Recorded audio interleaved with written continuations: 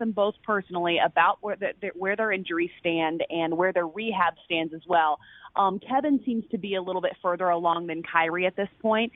Kevin says that he's been able to take full contact. He's been going full out. He's able to play now, and it's going to be kind of a day-to-day process starting within the preseason, but that we shouldn't judge necessarily how much he plays in the preseason because they're going to be careful with him. As far as Kyrie, on the other hand, he said, it's more of a week-to-week process. He said this past week he felt good. He was able to kind of get up and down the floor again, but that he's not yet at the point that he's going to be out there, full-on practicing with those guys yet. So, again, no timetable was set for either one of those guys. Of course, reports say that we may not see Kyrie until January or so, but at this point, the Cavs probably have a little bit of wiggle room as far as getting out of the gate early on in this season. Their chemistry now is solidified. It's established anyway after 1 year together. At this point, again, no timetable, but those guys are kind of working through things day to day. Okay, this is Mark here. My question is that the Tristan Thompson situation, GM David Griffin, is this going to be something that's going to be settled before the season starts? Is he going to be moved?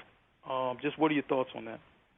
Well, we did all ask David Griffin about that Tristan Thompson situation, and I actually asked a couple of the players about Tristan as well because he was not available at Media Day due to his ongoing contract negotiations. Now, we've all obviously followed the whole story all summer long. It's, Tristan's camp wants one thing and, the franchise wants another, and, the back and forth that we see very often with what could be a max contract player. Now, David Griffin said just repeatedly that he was confident that Tristan was going to be part of the Cavs moving forward. He didn't know exactly what the numbers would look like or what exactly in what capacity that would be, but that he was confident they were going to be able to get a deal done.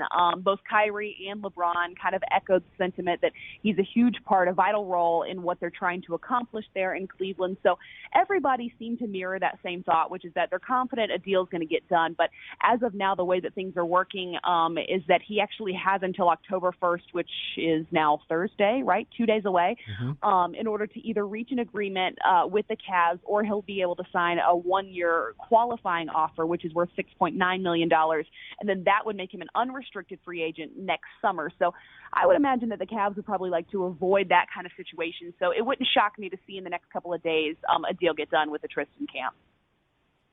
Hey, Chris, this is Zach this time.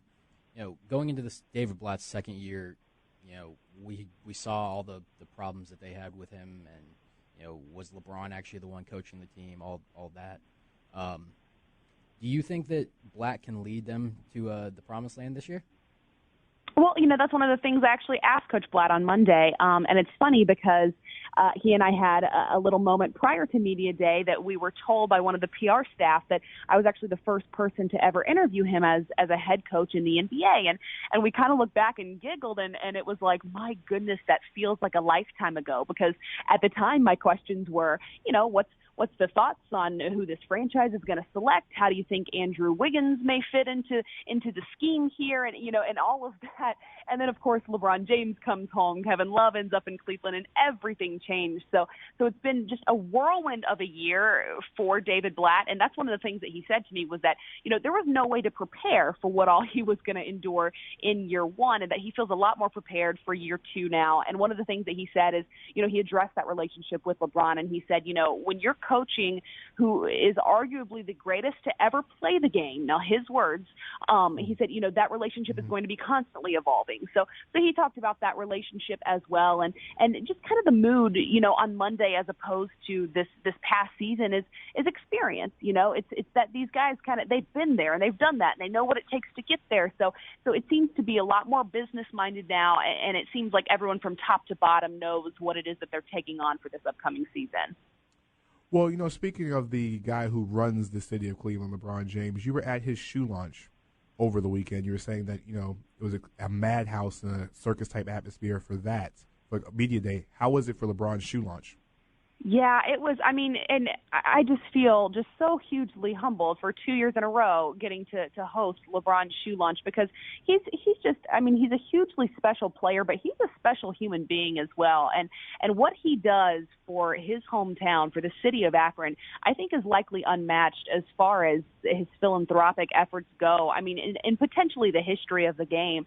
So it was just a hugely special event to get to do it in his hometown of Akron, because last year we launched the LeBron 12 in Nike's hometown, in Beaverton, Oregon. And then, this year to be there with Cavaliers fans and a lot of the kids from his James Family Foundation. It was such a cool thing to get to see the response to him in his own hometown. And yeah, the event itself was amazing, and the shoe is amazing as well. The links are posted all over my social media, but the LeBron 13, as you all know, comes out in a handful of colorways in the next, in the coming months. So that's what we were doing in Akron. But, as usual, anything that he kind of does has such, it's such a hometown focus. It's such a family focus. So it was an amazing event to be a part of. And there were thousands and thousands of people there for his shoe launch as well. Wow. Well, I'm sure you got plenty of free pairs. So, if you have a 10.5, I mean, send them my way. I can use a 12.5 or a 13. You think I was about to say, do you think that we're the same size shoe or what? How big do you think I am? Figured you were hooked up like that. I mean, as you said, humbled for the last 2 years. I'll put you on the waiting list of every single person I've ever known who has asked me for a pair of these shoes in the last 3 days. Man. See, I thought we were better than that, but okay. I mean, for me, I'm not asking for the shoes. I'm just asking, just to be invited next year. I don't need a pair of shoes. That's fair. I mean, I'll see what I can do. Yeah, I'll ask for shoes when I get out there, but I'd like to be invited too. I'll see what I can do. Well, Kristen, yeah, Mark, Zach, would you need a pair as well too? No, I'm good. I'm not a big tennis shoe guy. See, at least in Zach's case, he's not asking you for shoes. He might ask for a shirt or something. So, something you can probably pull up. Well, the fact that he's calling them tennis shoes, I can tell he's not much of a sneakerhead anyway. That's fair. That's exactly. So, Kristen, before we let everybody, all of our guests out, we play a game called 3-Point Play. But since tonight we have Zach here, we're going to give you the Larry Johnson treatment. So it's going to be the 4-Point Play. All right. Let's do it. All right. So it's going to be 4 questions, 1 question from each of the panelists. But you have 30 seconds to answer. It's going to be pretty much at random. I'll start with Mark first. Mark, go. Kobe Bryant, do you think he'll make it through this season? Yes, I do. I think we're going to see not necessarily a return to the Kobe of old, the MVP level Kobe, but if he's able to kind of, transition into his new role within that offense, I think we'll see a healthy Kobe this season. Yes. Zach, your turn. All right. So we saw what happened with Jared Greenberg with Coach Pop. Have you had a coach or an interview go like that before? Oh, that's funny. I think all of us have had a Popovich moment, and I will tell you mine since you've given me 30 seconds. I was actually there in order to take a line dancing class with Patty Mills. That, of course, was for inside stuff. We don't just, go line dancing for the heck of it. So I was there to, go line dancing with this Australian man who plays in the NBA.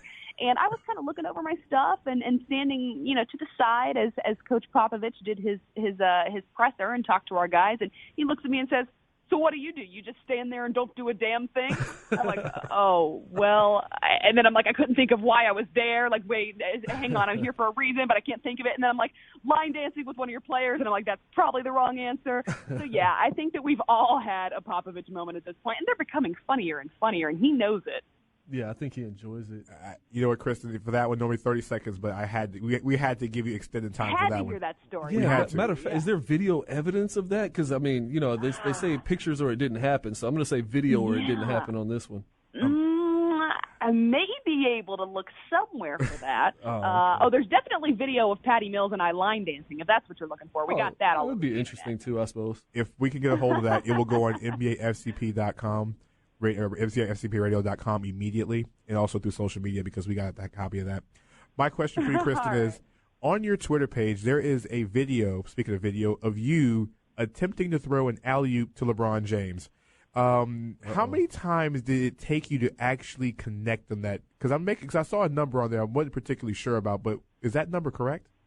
All right. So first of all, you said attempting to throw It an starts alley-oop. with all right. That's not good. And he threw it down. Okay, so that's all that matters. Yeah, the joke is obviously on the video it said nail the alley-oop, and it only took 79 tries. That actually was our second attempt. And okay.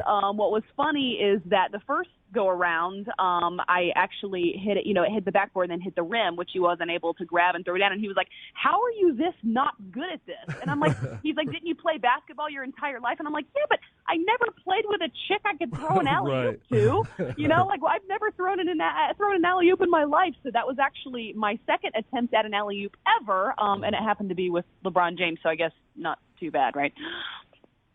Yeah. Doing better than most of us. Good point. Whatever. Paul. All right, Kristen, yeah, this is Paul. So everyone's been bringing up NBA questions. I'm gonna kind of switch it up a little bit. You cover so much. Like you're all around the NBA all the time. What do you do when you're not? What does Kristen Ledlow do outside of basketball? Like, what do you enjoy outside of basketball? That's a good question. I love, long walks on the beach. Oh, gosh. That's exactly what I was looking for because, I'm going to start DMing you on Twitter next. No, I'm just kidding. Is anything involved with kittens and milk? Oh, man. It's funny because I get asked that question, and it's so hard for me to even think of the answer because I'm like, wait, what do I do when I'm not? I can't laundry. I do laundry. Oh, yeah? I would hope so. I mean, if you don't wash your clothes, it just... You guys are down in Orlando, so you may appreciate this. I spend a lot of time at home with my cat, and his name is Magic. Oh, nice. Nice. Yeah, we do like that, actually. Yeah, actually, my editor, Evan Dunlap, did an interview with you earlier this summer, and he wanted me to tell you that he got another cat. So he was really excited about that. Okay, yeah. See, he and I had a deep connection there because of our cathood. I'm buying a cat immediately. And see, Paul used to pick up me for years about cats, and now he's about to buy a couple cats himself. There you go. Kristen, before we let you out of here, we want to first of all appreciate you coming on, and spending a few minutes with us talking to us tonight. But how can everybody get in contact with you through social media, and what do you have coming up on television and your other endeavors? Yeah, absolutely. Well, we've got the WNBA Finals coming up that we'll be covering on NBA TV. It'll be me along with, I don't know if it's a surprise, but let's just say one of the legends of women's basketball is going to be covering the WNBA Finals with me on NBA TV. So make sure you guys check that out. And then opening night, we're all back on TNT. That is, I believe, Tuesday, October 27th. So check that out. We will be live. And again, I don't know if that's a surprise where we're going to be. I don't know. I don't know what I'm giving away and what I'm not. Just make sure you set your DVR for all of it because it's going to be good. And all of my social media is just at Kristen Ledlow.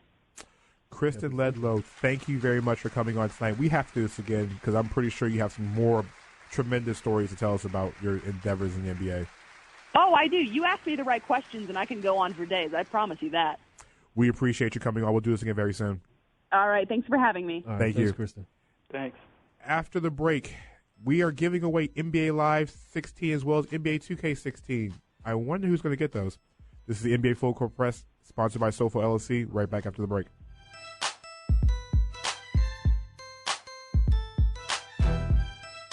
Looking to expand your reach and following in all platforms of media? Need a jumpstart in expanding your brand to all markets across the world? SOFO is here for you. SOFO means something for everyone, and they help expand your business through all platforms of media. Need to grow on Facebook, Twitter, or Instagram? Their experienced team expands your brand and puts your business in places you would have never been before. Call SOFO at 407-607-9862 or follow SOFO LLC on Instagram and Twitter. Half off tickets at odealsdaily.com for Taste of Altamont. Monday, October 12th at Cranes Roost Park, Uptown Altamont. Enjoy an evening of fine food and live entertainment. $30 admission ticket for only $15. Go to odealsdaily.com. That's odealsdaily.com. Get your event tickets in a click at 740thegame.com. On sale now. The Fall Cycle Scene at Daytona International Speedway, October 15th through 18th. And the UCF Homecoming versus Houston, Saturday, October 24th. 740thegame.com, keyword tickets. This is the beat of sports. How is Utah not in the top 5? How's that possible? They went to Oregon and won by 6 touchdowns, not points. 6 touchdowns. And if you watch that game, they Oregoned Oregon. Yeah, they jumped up a lot in the poll, but tell me how their body of work is not more impressive than a number of teams ranked ahead of them. The Beat of Sports with Mark Daniels. 9 a.m. weekdays on 740 The Game. Hey fans, this is Eric Kohler, stadium voice of UCF football. We invite you to tune in to EK Sports every Saturday from 11 a.m. to 1 p.m. as we feature the preferred picks of the week, insured by our good friends at Preferred Benefits Consultants, where it's always fun to pick those games of the week, but never a time to gamble with your health care. Find a preferred benefit